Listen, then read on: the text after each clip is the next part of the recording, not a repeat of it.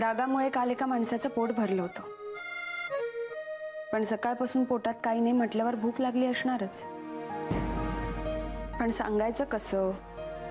Sorry. शांत झाला राग?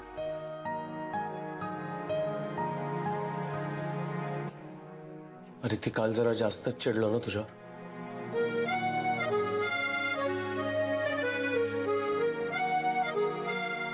तू माझ्यावर चिडला नव्हतास, पण राग मात्र माझ्यावर काढलास. म्हणूनच सॉरी म्हणतोय.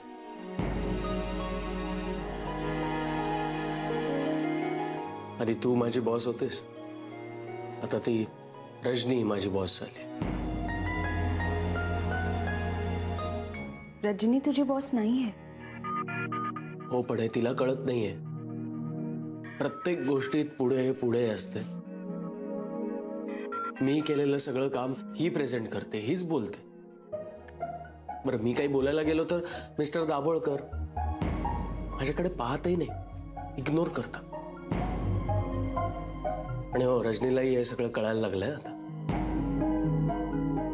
ती सुद्धा तुझ्या पप्पांच्या होला हो करत असते आणि दाभोळकर तिच्या तोंडून सगळं काढायचा प्रयत्न करतात.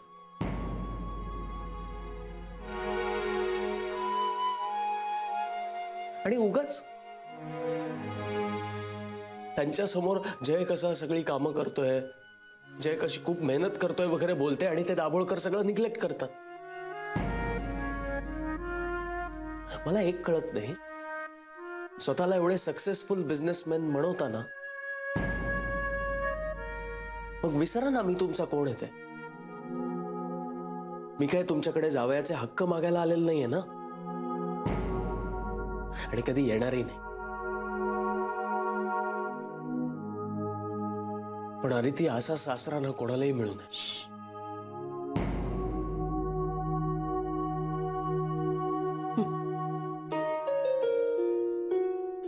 सकाळी सकाळी हायपर होऊ नकोस, खाऊन घे.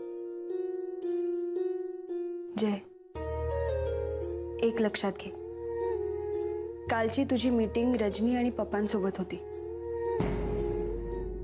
ह्या सुरुवातीच्या मीटिंग्स आहेत जय. तुला अजून खूप पुढे जायचंय. हे असे प्रसंग अजून खूप येतील. तुला या अशा प्रसंगांना सामोरं जावं लागेल.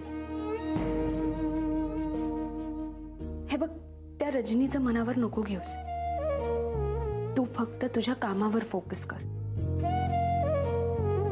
डोकं शांत ठेव. आणि पप्पांबद्दल, त्यांच्याबद्दलचं माझं मत ठाम झालं. ते तसेच. बरं,